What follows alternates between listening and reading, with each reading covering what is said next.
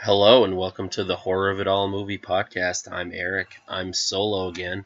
It's been a while since we've done one of these. Well, I've done one of these. I'm used to saying that. Um, Adam has been very, very busy with work in this pandemic and everything, and things have just been a bit crazy, and I've really wanted to get back to it. So I decided, well, I'm going to do one of my ideas for a solo episode and kind of just go with it and have fun with it.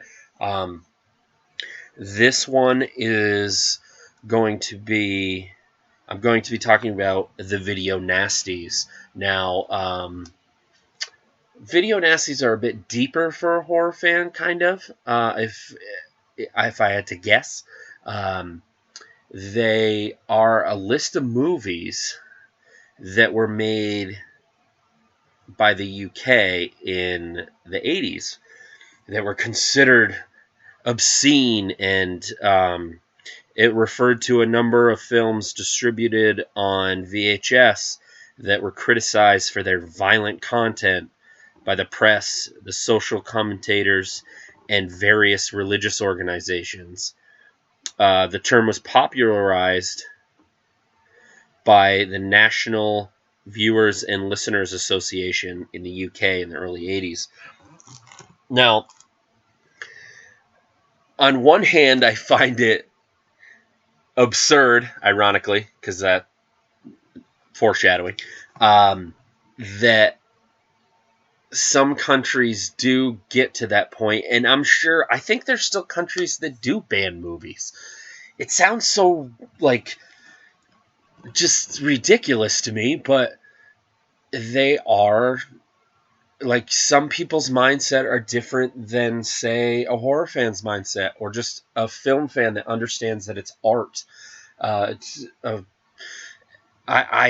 never understood it, but on the other hand, as I was younger and I dug deeper into horror, it's a list of movies to see. That's how I took it. And are they all great? No. But there's a lot of great gems in there, man. I mean, I'll get into the titles. I don't want to say just random titles, but it's just, I had a lot of fun initially years ago diving into it because I liked a lot. I mean, I'm going to say probably most I liked and a lot I loved.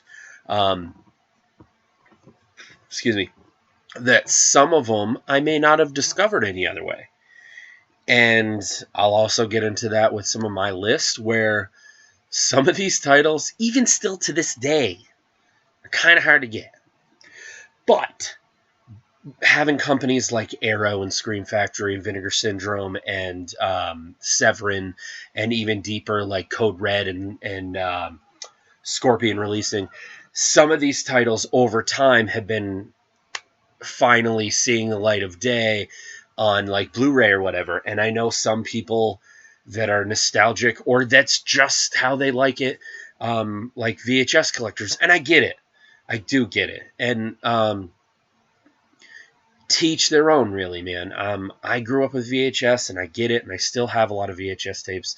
However, I personally love seeing movies on Blu-ray. I just do. I mean, 4K is kind of crossing that barrier where it's like, it looks a little too good, and I know some people, as I just said, that Blu-ray looks too good, or some people just want to stay with DVD, or even further with VHS or Laserdisc. That's cool. Like, collect what you want. It's still the same passion for the movie. I just prefer, I swear, about 80-ish% of the time. I could be going a little too high, but I like to be able to see the movie. A good example that is not on the list is The Mutilator. When I was younger, it was so hard to see. I still loved it, but it was so hard to see on VHS.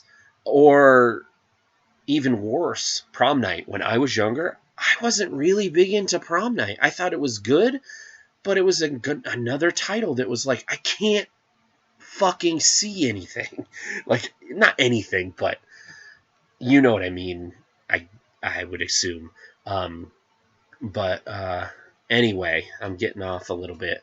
But this podcast is going to be about my personal favorite as I went through this list of 72, I believe, titles that were initially brought to like the attention and things like that. And then it ended up being 39 that were actually prosecuted. And when I say prosecuted, I don't just mean banned. Especially the UK, but a lot of some countries, I guess, and you'll learn this on the documentary. There's a documentary that was made overseas initially, and Nucleus Films released it. It's a nice set. It has 3 discs. The first disc is the documentary. The second disc is the 39 that were actually prosecuted. And then the third disc is the 33 that over time ended up being not prosecuted. But it's pretty crazy. And it digs even deeper because... and I do want to mention, you can get these in the United States. I initially got them because before Severin put them out, but Severin does have them in America. But there's a second one that does the Section 3 videos that were in the early 90s, I believe, that there were even more titles. And the whole moral panic and censorship and stuff, and censorship just pisses me off anyway. I am one of those guys, like, and some of these movies were cut to shit, and I'll get into that too. Like, when I talk about a certain title, I will try my best to remember around how much was cut out of certain movies. But anyway, I keep getting off on tangents as I and me and Adam do on this podcast. But what I mean by prosecuted is people were actually getting arrested to the point where it was paraphernalia. They would literally hide it in their ceilings and in their floorboards, like fucking videos of a movie, to the point where some of them, I think, I don't know if they thought that it was real or it was just the fact, because they do talk about that a bit. That's true. They were always so fixated that children were going to see it and that it was going to mess them up or they were going to do terrible things. And there were many things, and I've even talked about it on this podcast briefly with the Section 3, with Child's Play 3, and like the things that happened supposedly because of the movie, and that's what they wanted to avoid and things like that. But it's just crazy to me. It really just is. These video releases were not brought before the British Board of Film Classification due to a loophole in the film classification laws that allowed videos to bypass the review process. Basically, to me, meaning like in America, when somebody can release something direct to DVD or Blu-ray, or even the classic way to say it, direct to video, meaning you don't have to get a rating. Or like when George Romero was able to get Dawn of the Dead in the theater in the end of the 70s, unrated. Adam Green was able to do that with the Hatchet movie, and granted it got ripped right out of the theater, but that's kind of what it was with the video. But at the same time with video, like now it's not really not a thing, but there are still movies that are banned, I believe. Don't quote me, but I'm pretty sure. But anyway, as I said, I am going to get into my list, my favorites. I'm not going to do an exact top 10 or top this or top that. I'm just going to go in order like it kind of is on the documentary disc, because on the bonus discs, there's so much great stuff. It's not just the trailers, but before each movie, there is somebody that either love or hates, not hates the movie, but like, I don't want to say they're critics, but they kind of are, but they are kind of in our corner, so to speak. But you're not going to agree with all of them. Neither did I. But it was still fun to watch. I actually had more fun watching that, and I've watched it multiple times with the intro and the trailer. So I'm going to get right into it. What I'm going to do is I'm going to do my favorite 10 of the prosecuted list, and then I'm going to do an honorable mention, and then so on. I'm going to do the same thing with the movies that weren't prosecuted, and then I'm going to go into the section 3 as well. Maybe not as in detail, but so yeah. My first choice is actually the first one on the list, if you go alphabetical, is Absurd. For me, Absurd, it's supposed to be sort of like a pseudo sequel to Anthropophagus, but I don't really think that myself. I don't see that. I guess it could be a sequel. I guess it could be a prequel. It could be blah, blah, blah, blah, blah. But maybe because George Eastman is the killer in the movie.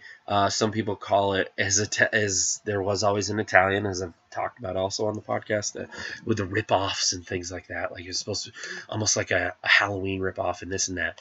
Anyway, in my opinion, I initially saw this because of the list, and I found it on at a time when it wasn't released on anything. It was a burned disc from a DVD from like one of those companies you find at a convention, and it still had the blue cover with the axe. It was the uncut version. I honestly can't remember what makes it uncut. There's a certain thing. I wanted to say that, but that you'd be able to tell. But oh, that's going to piss me off. I know it too. I can't think of it. I should have been more prepared for this, but again, I was sick of waiting to do a podcast. But anyway, Absurd is basically, it is Halloween-ish. I get where people are going with that, because there is like a doctor that's kind of after this killer, and because it starts with him like chasing him. But I will read. I'm going to read the description on the back of the '88 Films Blu-ray release. Mikos, George Eastman, plays an unstoppable killing machine, and he's on the loose in a sleepy American town. The town's only hope is a mysterious priest. That's right, it's a priest. But it's a similar idea of Dr. Loomis, so I kind of get that. The guy who plays the priest is Edmund Purdom. He was the... what was he? He was in Pieces, but I don't want to say exactly what he was, because I know normally on the podcast I go into the movie in full, but I'm not doing that on this one. He was the dean or something like that. Anyway, he has been hunting down this madman around the globe as the bodies pile up, despite Police Sergeant Engelman, who was played by Charles Barrymore. I think that's how you pronounce it. He also played in a movie called Ladyhawke. Teams up with the priest in hope to stop Mikos from slaughtering more and more in the town. Again, like I just was talking about, it was a would-be sequel from Joe D'Amato for Anthropophagus, the Beast. as it continues to say, this notorious splatter classic finally returns to the UK shelves after 3 decades of obscurity thanks to 88 films. Now, I wanted to read some of this, like some of this is from memory and some of this is what I'm reading, which is always what I do. I want to be that thorough. I want to use what my knowledge is and everything, but I also want to expand on that because honestly, I don't know everything. Obviously, some people, my brother and things like that, like, oh, you're like a pro, or you're like a genius of that, or you know everything. I'm like, well, I know a lot, but anyway. It also co-stars Anne Bell, who is in House on the Edge of the Park, as well as Michele Soavi. If anybody knows the history of Italian movies, he was definitely a big standpoint. I mean, he started directing, but he was, not directing. He started acting, and he does like a cameo in Absurd, but he just wanted to be a director, and he was always fascinated with the director. So even when he wasn't acting, he wanted to direct. Like he did, like in America, it's called Cemetery. I think it's America that's called Cemetery Man. At this point with my movies, sometimes the titles blur where I'm like, what country is that title from? Because I know all that stuff. But yeah, he directed Stage Fright and he directed Cemetery Man, and he is also the I'm trying to think of some other things that he did, but he did a lot of things. He's in Lucio Fulci movies and stuff too. I did want to say it features over-the-top death scenes that linger long after viewing. That's what it says on the case, which is definitely true. This is a lasting thing. If I had to pick out of my 10 favorite lists, this would be in the top like 3, if not number 1. I love Absurd. I like it more than Anthropophagus. I think Anthropophagus is really good, but I think it gets way more attention than Absurd gets. I think Absurd is very underrated, meaning like I can find, tons of shirts for Anthropophagus, but I have one Absurd shirt, and it was really hard to find. I had to get it from somebody on eBay, and I believe it came from somebody on 88 Films when they did like a GoFundMe type thing. But yeah, some of the kills are great. Like there is, again, reminiscent of like Halloween. There's definitely a needle in the side of the head, but there's some more like really long ones, like brutal ones, like this guy's top of his head gets sawed into, like directly into the top of his head, like not like the drill in City of the Living Dead, but like in straight on direction, like from the top of his head. But there's another one that I also thought was pretty brutal. Not everybody might think the same thing, but it was the stove kill, where it was like a mother, I believe, or a housekeeper. I can't remember. I haven't seen it in a little bit, but anyway, George Eastman, Mikos, I don't know how you pronounce it with Spanish. It's Spanish, yeah, Italian. But he puts her head into a stove, turns it on, and just holds her head there and literally pretty much cooks her until she dies. It's pretty brutal. I love it. I don't know if I'll ever do an episode on it. It would be really cool, but yeah. I do want to say I wanted to go into the alternate titles. Rosso, I'm terrible with different languages, obviously. Rosso Sendui, Anthropophagus 2, The Monster Hunter, which is known on VHS a lot, I guess. The worst title I've ever heard. Horrible. Okay. Not. I don't know why that was. I'm not even going to go into it. Terra Sin Lamete, August Burst de Holoye, Psychosis Infernal. It was directed by Jody Amato, as I said, but it was also not only did they have so many alternate titles, they also changed their names to make it sound more American. Peter Newton was his name in some places. His real name is Aristide Massassi.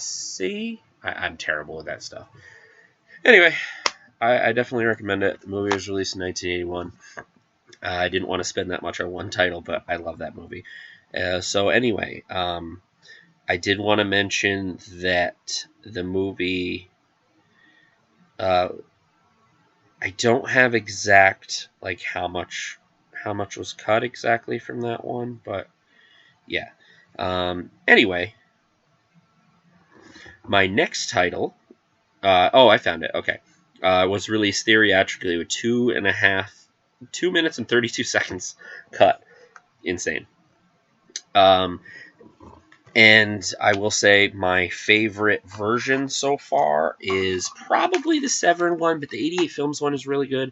There's even a box set from Spain if you got all region, but I don't even think you need it because I think it's unlocked of both movies. There's no special features, but it's pretty good. If you want special features, definitely probably go with the Severin. The next one would definitely be Anthropophagus, as we were talking about. For sure. It's supposed to be like the predecessor to Absurd. I don't 100% see it, but yeah. It's probably one of the most notorious video nasties. Definitely. Excuse me. Because, as I said, I think more attention is given to Anthropophagus than Absurd. I really do believe that. But this is I did watch Anthropophagus again recently because I got the Severin version a little late because I had so many copies of it that I was like, do I really need another one? Yes, you do, because that's probably the best one, be it special features and stuff. But that is basically about there's a backstory in it. There's this guy that ends up getting shipwrecked, I guess, and he's on like a rescue boat with his wife and his son, and they're out there so long that this is what starts as cannibalism as he eats his son, but he ends up killing his wife, so he's able to do that, and things just ensue. I will say on this Severin one that I haven't seen on any of my copies, but it must be just because that's the cut that they got. There is some English audio missing, so it fills it in with Italian. Now all Italian movies, if anybody doesn't know, for the most part, I believe, if not all, were all dubbed. Like even if it was like I want it in the original Italian language, sure, that's great, but it's still not. There's no original. Like these movies are recorded without sound, but but yeah, it ends up showing a backstory somewhere in the movie, but it basically surrounds around this group of people that take this boat to this island, and they essentially just get picked off and or eaten by Anthropophagus the Beast in some extended titles there. And the most notorious scene is definitely the scene where a woman is pregnant and she gets he puts his he fisted basically, rips out. I know this is graphic, but he rips out the baby and he proceeds to eat it. Some people say they can definitely see what it is. It was supposed to be a skinned rabbit, which I believe that's what I've heard on a lot of different talks about it. I think it was very effective. I can kind of see what it really is, but at the same time, it's done so well that you can kind of forget about that. But yeah, it's definitely one that I do recommend. The cuts in this were this had 2 minutes of cuts, and it was as Grim Reaper. It was released in the United States uncut under the title Anthropophagus, the Grim Reaper, which Joe Bob Briggs did a pretty good review, I'd say. It wasn't bad, about the Grim Reaper in the early 80s, and you can find it in one of his books that has a lot of his old reviews in it. Alternate titles for this was Anthropophagus, Anthropophago, Gomia, Grim Reaper, as I mentioned, Terror Enel Mir Egino, Maneater D. Menschofresser, Savage Island. I've heard that one. Again, another Jody Amato, or Aristide Messesiki. I'm terrible at these names. I always admit it. But this was released a year prior to Absurd. From here, I will definitely go again. The best one of this, as I said, is Severin, but the 88 Films one is pretty good too. If you were lucky enough to get it initially, there's a really nice soft slipcase that they do sometimes. That was cool. Another kind of more well-known one for the third one is The Burning. Kind of like secondary for some people, not saying like in a bad way, but like it's not as big as Friday the 13th and other camp movies like that. But it was done by Tom Savini. He did the amazing effects. It's some of his best effects. But it's about a group of summer camp people. They're not kids, so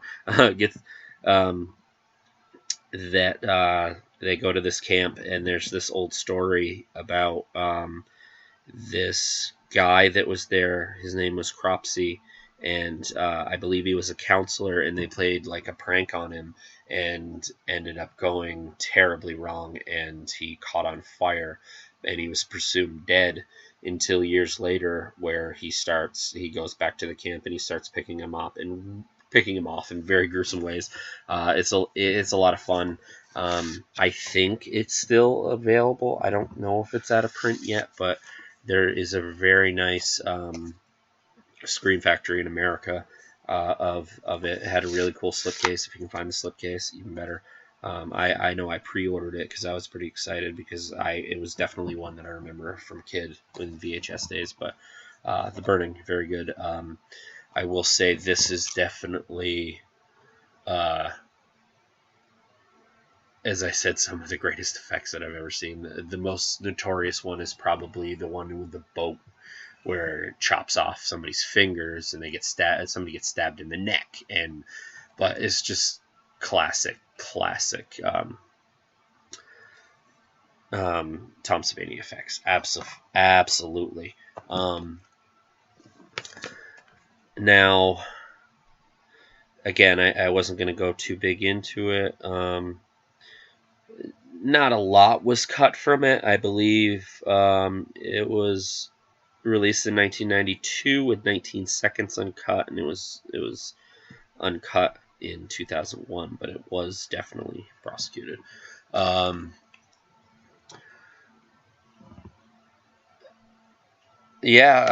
So from there, I can go into a little bit. There isn't many people that I know of. I always thought it was cool, being a big Seinfeld fan, that the first thing I ever saw Jason Alexander in was this. Holly Hunter was also in this, and it was one of those classic slashers where there was a lot of people who ended up getting bigger in it. So yeah, The Burning. It was also known as Brenede Reche. I don't know what that is, what language that is, and also Carnage. Came out in 1980. Was directed by Tony Malum. But yeah, definitely a recommendation, if not a lot of people already know about it. My next one in the favorite 10 would definitely be House by the Cemetery. Again, a lot of the ones in this one don't really need much of an introduction, or maybe it does. I could be being biased. I don't know. But House by the Cemetery is definitely a Lucio Fulci classic. He is my absolute favorite Italian director. Excuse me.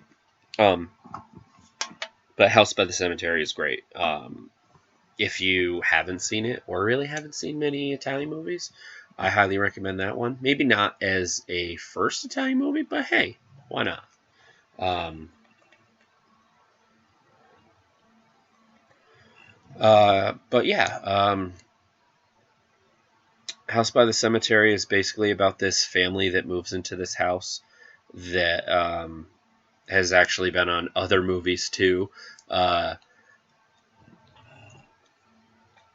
that anyway, they move into it, and there is a like zombie-ish thing in the basement. Dr. Freudstein, I believe, was his name. I don't have the release in front of me, but as again, I was kind of winging this one. But it, some people may find it a little bit hard to understand. Some people might think of other things. I don't even want to mention what some people have thought because I don't personally think that. But yeah, it's Lucio Fulci, so you can't really go wrong there. Honestly, if you like horror and you like graphic horror, definitely House by the Cemetery. But yeah, it's a little boy that's in it, Bob, that a lot of people refer to, and oh, I hate Bob, fuck Bob. I think Bob gets too much of a bad rap. I really think he does. It's not the actor's fault. It's just the dubbing. He has a really high voice and things like that. Like, oh, is it a girl and things like that. I never got that growing up, and I get it, but at the same time, like I said, I think he gets a bad rap. House by the Cemetery, however, was a movie I originally saw cut, but I still loved it, which is saying something because usually when I see something cut, I'm like, where's this, where's that? But the movie's just so good and just like it has a great like atmosphere to it, and like I said, the killer's in the basement, and there's just so many weird things going on with this. Some of the posters don't even really make that much sense. Like it, there's a main poster that you see a lot with like this guy / demon looking thing with a knife, and it makes it look like it's a slasher, which it's not really, I guess. Anyway, very graphic, very great. Lucio Fulci, need I say more? That had some alternate titles, but as I'm looking at it, I don't know what languages are in, so I will say the Das and der Friedhosmer. I guess that's German, but yeah, definitely highly recommended. Catherine McCall was in it, or as well as other people that Lucio Fulci worked with quite a bit. This one, as I said, was highly, highly cut. We're talking 4 minutes initially. It was re-released in 2001, was still 33 seconds cut, and finally released uncut in 2009. In the United Kingdom, the film has a history of problems with the BBFC over the years. The original cinema version was heavily cut with edits to the poker murder, the slashing of Anne's throat. Print was later released on video prior to the UK, subsequently banned as video nasty. The film was made finally available in 1988 through a print that was pre-edited by 34 seconds, and then additionally cut by 4 minutes and 11 seconds. That's just insane to me. Absolutely insane. But yeah, there's not much else I can say about it unless I like really dive into the movie. But I'm talking about a lot of movies here, so we're gonna get into it. The best version of that, there's been so many versions over the years. If you're just a DVD guy, be careful because like older DVDs, I believe are cut still, some of them. But there was one just recently released by Blue Underground. Amazing Blu-ray. It looks great. The special features are amazing. Pick that up soon if you don't have it and you're a fan, or if you want to check it out. Yeah, a fan of Italian cinema, fan of Lucio Fulci, any of the above. But yeah, my next pick would be House on the Edge of the Park. That one was released in the midst of Last House on the Left, I believe, and it even had David Hess in it. It's a pretty brutal movie. It's, I believe, filmed in America. I could be wrong, but it's considered Italian. It's maybe it's filmed in. No, I think it's filmed in Italy. I honestly don't know. I honestly can't remember that. But it's a pretty. It has its brutal moments. David Hess in it is a complete lunatic. But if you've seen Last House on the Left, obviously, um, he basically is. The movie's so brutal that it starts with a guy, David Hess, basically getting this car to pull over near a freeway, like getting onto it, I think, and busts himself into her car and proceeds to rape her.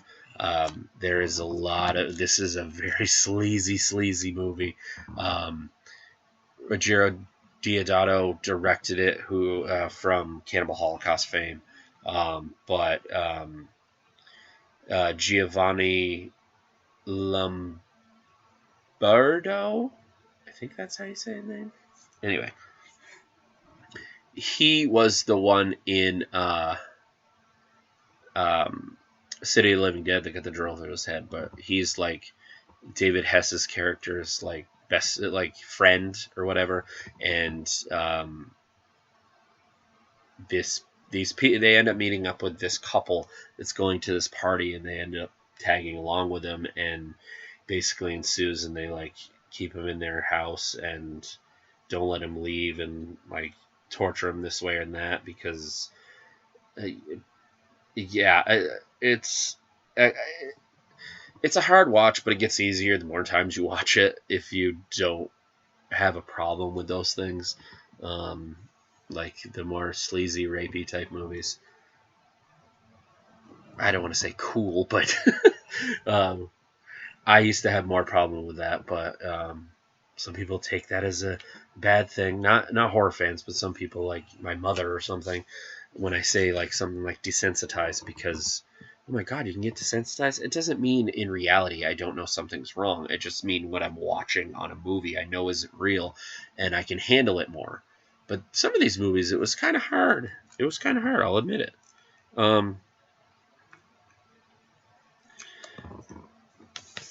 Now,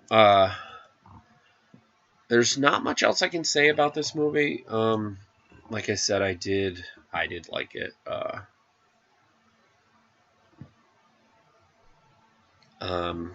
yeah, House on the Edge of the Park. There isn't really, to my knowledge, any like big releases of this or anything.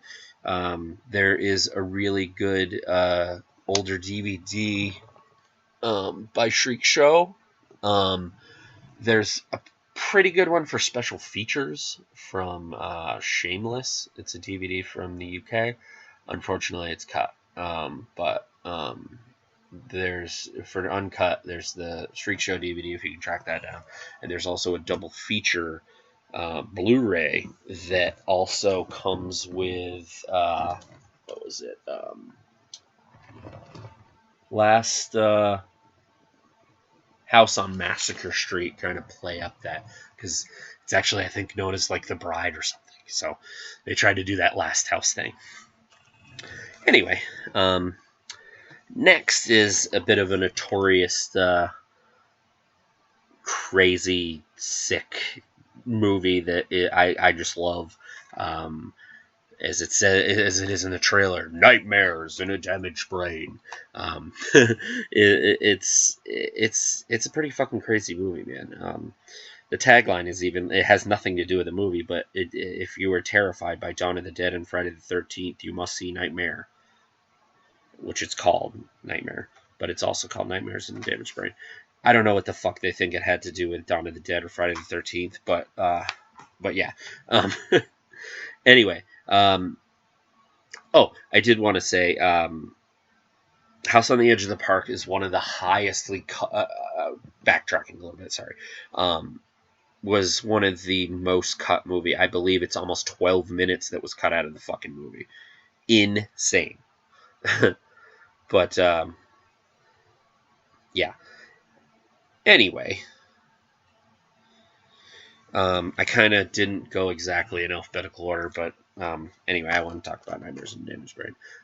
Few slasher classics. I'm going to read from the 88 Films Blu-ray, which is, I believe, unlocked for anybody that wants to check it out, because this, I believe, is the best one. But I think there could be better ones, but I don't know. Few slasher classics have proven to be more controversial than Romano Savellini's. I'm terrible at this. I know some people would be picking on it. Sicko slice 'em up epic Nightmares in a Damaged Brain. It says because it's finally uncut and uncensored at the time of its release in 2015, which is awesome. Since its VHS days. Back when the distributor of this bloodthirsty Halloween cash-in, everybody was always referring to it as it's got to be like this or it's got to be like that. I don't always see it, but whatever. But yeah, it has 42nd Street in it. Slow mental burn down of an escaped psychopath as he hacks his way through New York City's 42nd Street, horny teenagers and random urban housewives. But there is more to his rampage than meets the eye, as a shocking final twist reveals, featuring enough. Yeah, it's packing in more plasma splattered set pieces than any of its rivals, is advertised for the strongest of stomachs. One thing is for sure, though. This is slasher classic you have all been craving for. That is a great way to describe Nightmares in Damaged Brain. I just can't go. I can't really go into it. It's just, it has to be seen to believe, so to speak. But yeah, man, it's fucking great. It is. It's just it's great. It may not be for everybody, definitely, but it's a fucking crazy movie, man. Now, there was a whole controversy, definitely, about Tom Savini. Like, on some copies, it was like Tom Savini did effects on it and things like that. Tom Savini has completely denied this numerous times, and I honestly believe him. And I mean, he has done some stuff where he might not be proud of or whatever, but he doesn't seem like that because he talks about like everything. I could be wrong. I wasn't there, but because there was, I guess, a picture of him on set and things like this and that. But yeah. Anyway, another alternate title other than just Nightmare was Blood Splat. But yeah, highly recommended. Definitely check it out. The next one in my 10 favorites of the video nasties, 32 Prosecuted, is another one that's is a very hard watch for some people. As I get older, it's easier. Maybe that makes me a horrible person. I don't know. I just think it's desensitized. I know it's the wrong, but I Spit on Your Grave. There's not much that can be said about I Spit on Your Grave. I mean, come on, it's I Spit on Your Grave. It's insane. Either you're appalled by it, or you love it, or you still watch it, but it's hard to watch. But it's just basically, it's I Spit on Your Grave, man. I mean, what can be said about it other than just it's depraved. There's a lot of long rape scenes, but on the Blu-ray and the DVD, I believe, from Anchor Bay. It's an older copy. Joe Bob Briggs did a commentary on it, and I met him actually after I saw it, and he didn't even know that there was a Blu-ray. He just knew about the DVD, but it's just the Blu-ray is just of the DVD, I believe. I don't know if there's anything extra on it, but it's an intense movie, that's for sure. You're going to see some things that you probably have never seen unless you've seen more depraved stuff or I Spit on Your Grave. So yeah. Now, I Spit on Your Grave, I keep forgetting to say about the cuts. I said about the cuts for I Spit on Your Grave was another high one. 7 minutes was initially cut. It was re-released with even in 2010 with 3 minutes cut. That's absolutely insane to me. Absolutely insane. Nightmares in a Damaged Brain had 3 minutes of cuts. I wanted to make sure I said that. Anyway, moving on from here. Nightmares in a Damaged Brain. Nightmares in a Damaged Brain. Sorry. Got thinking of the trailer. I believe after that for me was Last House on the Left, which, I mean, I ended up misplacing part of my list and had to redo it, but just looking at the list, I'm pretty sure it was Last House on the Left. I mean, come on. Again, this main 10, what else can be said? I recommend them, but check out the whole list if you haven't, or if you've been interested in it. Last House on the Left is just infamous. I mean, it's a group of this group of depraved people end up coming across these 2 teenagers, and because they want to buy weed, and they kidnap them basically, and they ended up like repeatedly raping them. They like rape them in the woods and things like that. And again, David Hess, but I did mention that in House on the Edge of the Park. But Last House on the Left was definitely brutal. Not much can be said about it, but it's definitely a pick. It's directed by Wes Craven.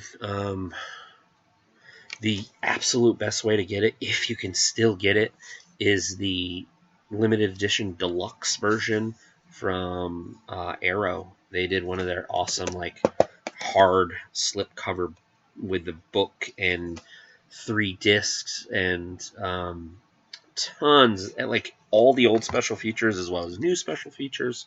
But yeah, it's Last House on the Left. I mean, come on, of course it is. I just wanted to get to real quick the initial cuts. Wow. It was refused a video certificate and passed in 31 seconds. I don't have an exact number for how much was cut, but I bet it was enough, you know. I don't know. I'd be surprised. I think that one wasn't that cut to shit, really. But yeah. My next pick, I got 2 left. I believe I counted right. Yep. Is Dario Argento's Tenebrae. Great fucking movie. A lot of people say Suspiria for their favorite Dario Argento. I think mine might be Tenebrae. I really do. I mean, I love Phenomena. I love Deep Red. One of my obscure favorites that in his later work is Do You Like Hitchcock? I fucking love that movie. That movie doesn't even get remotely... It doesn't even get any attention, really. But I digress. Tenebrae. An American mystery writer, Peter Neal, comes to Italy to promote his newest novel, Tenebrae. Unfortunately, a razor-wielding serial killer is on the loose, taunting Neal and murdering those around him in gruesome fashion, just like characters in his novel. As the mystery surrounding the killing spirals out of control, Neal investigates the crimes on his own, leading to mind-bending, genre-twisting conclusion that will leave you breathless. Absolutely great synopsis on the back of the Synapse release. That's probably the best release, but there has been quite a few. The Arrow one is absolutely great too. I couldn't pick between the two. I just think they're both really good. I have the Steelbook from Arrow, which I'm not a giant fan of Steelbooks, only because they scratch really easy, but it's a great release. You can get it not a Steelbook, but there's not much else I can say about it. I mean, it has an absolutely great score that to me sounds like they're saying, fire it up, fire it up, fire it up. I believe that's Tenebrae. Some of those scores get in my head, and sometimes they're interchangeable, but I believe that was Tenebrae. Highly recommended. Great effects. On the Synapse one, there was a great documentary called Yellow Fever, The Rise and Fall of the Giallo. Fucking great. And if you're a fan of Dario Argento and you haven't seen this, come on. I like it more than Suspiria, but again, opinions, but yeah. And my last of my 10 favorite from the initial releases. Oh, yeah, I keep forgetting that. See, I'm not prepared. There wasn't much cut from Tenebrae, but it was prosecuted. All I'm seeing is like 5 seconds or some shit, but could have been significant. It really could have. My last one I'm not going to go big into at all because it's actually the next full episode as soon as it gets uploaded. I did it recently, to a degree recently, but anyway, it's Lucio Fulci's Zombie. I'm not even going to go really into it. It's fucking Zombie, and if you haven't seen it, fucking see it. I go into it way more in an episode that's entirely about that one movie. But yeah, best release for that is The Blue Underground, which is, I think, out of print with this cool special covers. You can get it on 4K, but again, it's crossing a line for me. That may be too good. But yeah, the 3-disc limited edition. I got the really cool lithograph with the splinter in the woman's eye. Definitely that one. Now, that one was cut not too terribly, but it was definitely prosecuted. I see like 23 seconds, but that was like in 99, so could have been more than that. Yeah, so that is my favorite 10, the initials. My honorable mentions for the initial prosecuted ones were, which I won't go too into, but I will say like best favorite releases and things like that, was Bay of Blood, also known as Twitch of the Death Nerve. Great Arrow release. It was also released again out of print, but there's a Mario Bava box set called Macabre Visions that has Bay of Blood in it, and it's definitely really good. Friday the 13th Part 2, heavily borrowed, and I'm not saying it in a bad way because I love Friday the 13th. Jason's my favorite slasher, but if you see it or have seen it, you know that there are some kills that are like it.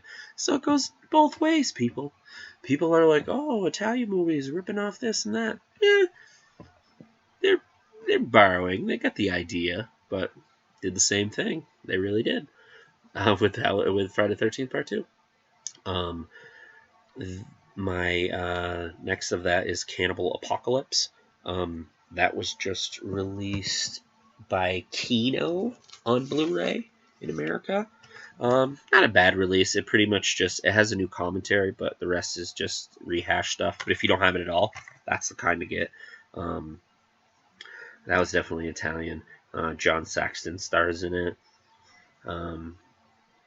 Yeah, it's something else. I know when I first saw it, I wasn't giant into it, but definitely good.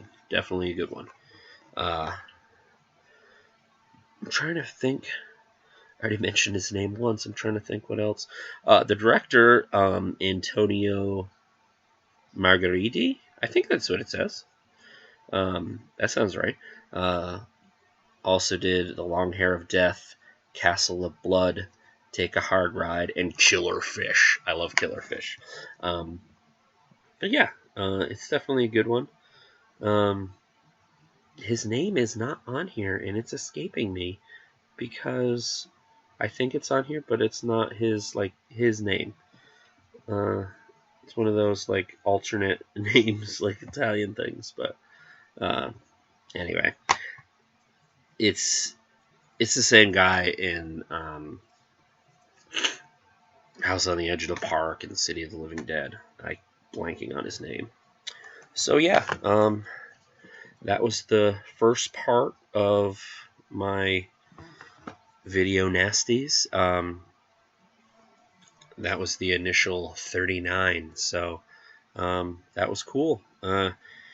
Definitely check those out. Definitely look up the full list, and definitely check out those documentaries. You can get them both from Severin right now. There's even a T-shirt, which I have 2 of because I was afraid I was going to wear it out, so I bought 2.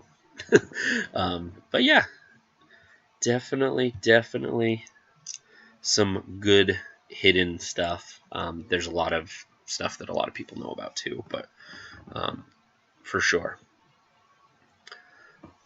Now, I will get into